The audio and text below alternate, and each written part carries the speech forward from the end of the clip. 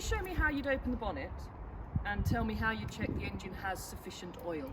To open the bonnet on a Ford EcoSport, there is a catch down at the driver's side. Just in here, pull it towards you, and you should hear the bonnet pop. Once you've popped the bonnet, come to the front of the car, and just slightly to the left of the Ford badge, there's a yellow lever. If you move that, you can unhook it. It's quite heavy. Pop out the stick, hook it in, job done. This is your dipstick. You're going to pull it out and wipe it clean. Pull it back into the same place, and then when you take it out, you've got to check that the oil is between the minimum and the maximum markings. If it does need topping up, goes in there. Can you open the bonnet and tell me how the engine has sufficient coolant? This is your engine coolant. Check to see if the liquid is in between the minimum and maximum marking, which is difficult to see, but it's just at the side of the tub.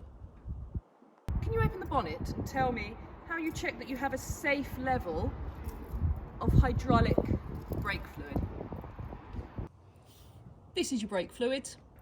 Check the levels in between the minimum and maximum markings, which is just at the side of the tub. Tell me how you check the brakes are working before you start a journey. To check the brake pedal, I'm just going to press it and see how it feels. It shouldn't feel too loose, slack or spongy. And when I drive away, providing my vehicle isn't pulling to one side, there shouldn't be a problem with the brakes. Can you tell me where you would find the information for the recommended tyre pressures of this car and how your tyre pressures can be checked? I'm going to check the manual that is in the car to see what the tyre pressures should be. I'll go to a petrol station to check each tyre individually with the air pump, and I mustn't forget about the spare tyre, and I'm ideally going to do it when the tyres are cold. Can you tell me how you would make sure your head restraint is correctly adjusted so it does provide the best protection in the event of a crash? I'm just going to press my head against the headrest to see how it feels. And some of them, there's like an adjuster thing, so you can push that in, move it up or down as required. You're basically fixing the head restraint so that the tops of your ears are at the middle, and just it feels okay and it supports your head. Can you tell me how you would check the tyres to ensure they have sufficient tread depth and that their general condition is safe to use on the road?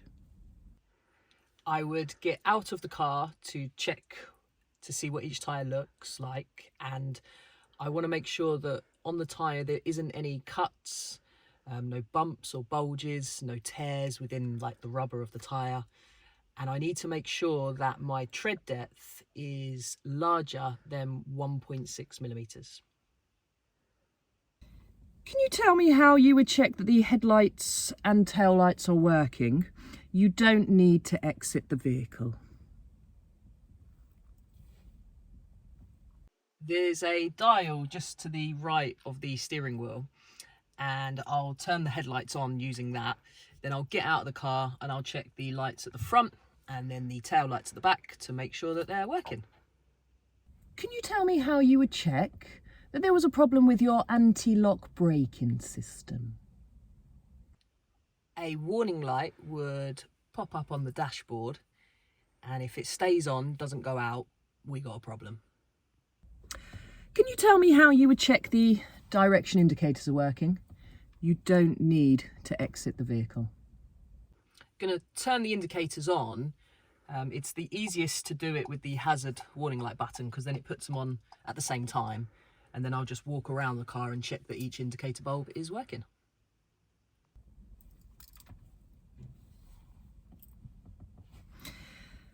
Can you tell me how you check that the brake lights were working on this car? Making sure that the ignition is turned on, I'm going to press the brake pedal and use something reflective behind my vehicle to see the reflection of my brake lights in the mirror, Or easier, if you've got friends, get one of them to stand at the back of your car so that when you press the brake pedal, they can tell you if the brake lights are working or not. Can you tell me how you'd check the power assisted steering is working before you start a journey?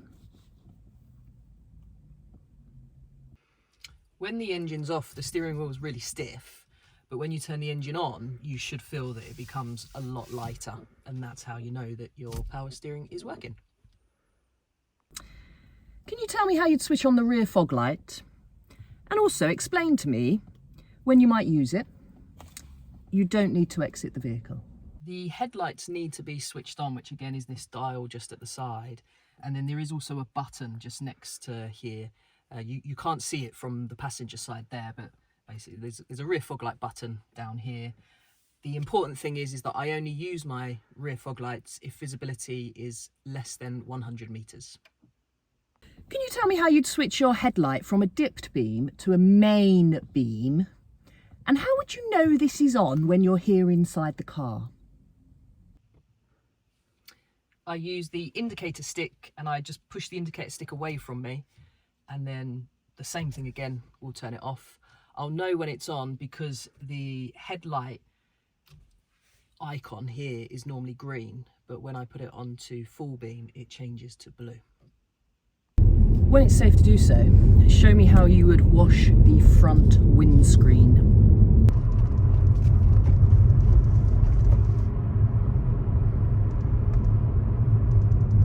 When you're happy to do so, can you show me how you would wash the rear windscreen? When you're happy to do so, show me how you'd use the horn. Not too loud, we don't want to scare anybody. When you're ready, show me how you'd open and close a side window. Not too much, just had my hair done, don't want it blowing everywhere.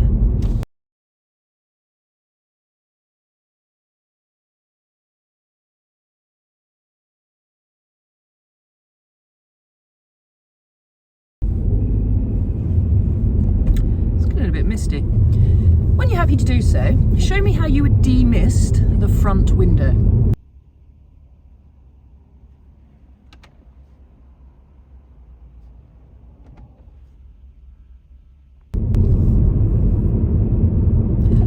When you're happy to do so, show me how you would demist the rear window.